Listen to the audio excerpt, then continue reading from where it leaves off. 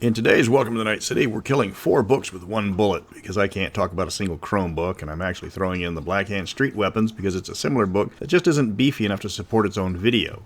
So apart from the dystopianism, transhumanism, soul-eating cybernetics, heartless corporations, the eternal struggle between the haves and the have-nots, rebuilding a broken society, bringing a justice to a setting sorely lacking it, the infinite possibilities the net provides, and the unsustainable growth of technology and mindless violence. What's the best part of cyberpunk? That's right, the stuff.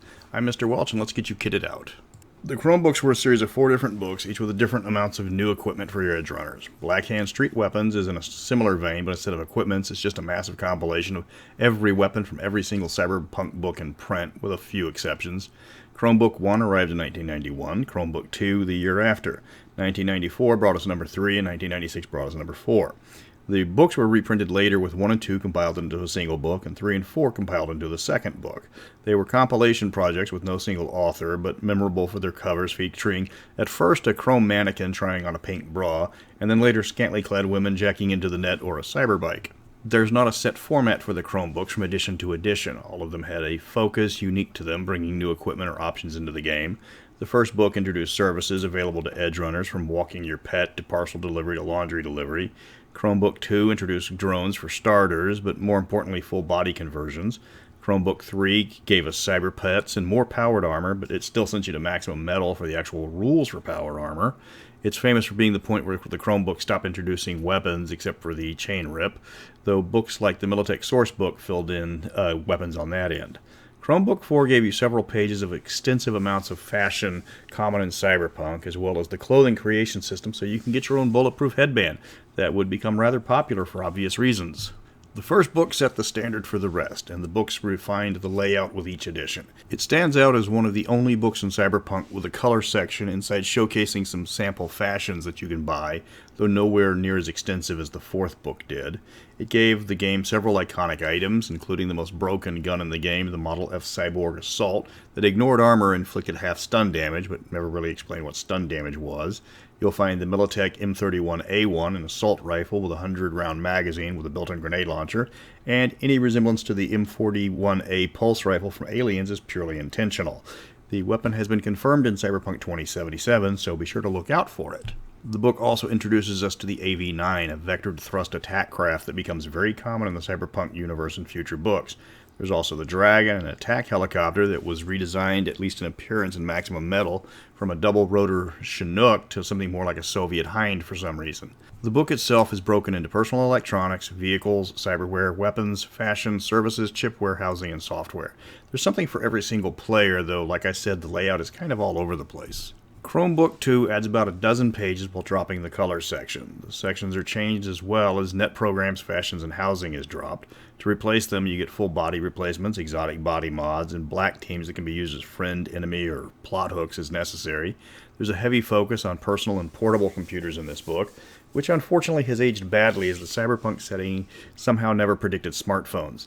The lethality also gets heavily ramped up with the addition of numerous anti-Borg weapons, each one highly illegal outside of military channels, but capable of killing just about anybody not in power armor or fully Borged in a single shot. And for the 80s movie fans out there, the net launcher used on Arnie and Running Man is on page 37.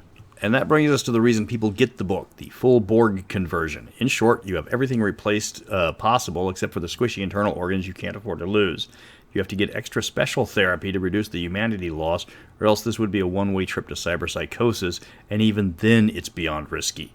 If you don't have an empathy of at least 7, don't even think about trying this. The full body conversion replaces everything possible and adds specialized equipment for your chosen conversion.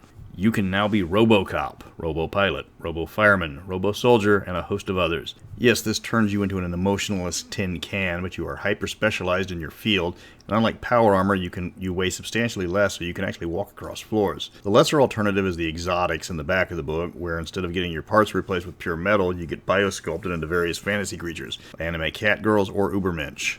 The humanity cost is still high, but not suicidally high like the full conversions. Fair warning, the full conversions can wreck a campaign almost as fast as power armor can. Be very careful introducing these as player options, though using one as a bad guy is a tried and true method. Chromebook 3 is the fat boy of the series, sitting in at 128 pages, almost 20 more than Book 2.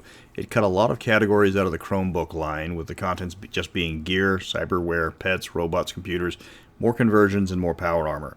While it gutted the section compared to the previous two, it gave each section more room for individual items. It did predict the color-changing fingernails from the Fifth Element, and for notable cyberware, you've got the retractable chainsaw for people with more humanity than brains to spend. You can get Geiger light flesh weave for your cyber limbs, and there's a selection of retro cybernetics for both the cheap players and older NPCs. 3 has an extensive section on personal computers compared to 2, including rules for net running from a computer. The net running section here is expansive compared to the other Chromebooks, only the Bart Moss supplements outdo it. There's a few pages on cyber pets, anything from dogs to cats to tigers. For you Johnny Mnemonic fans, there's even a cyber dolphin.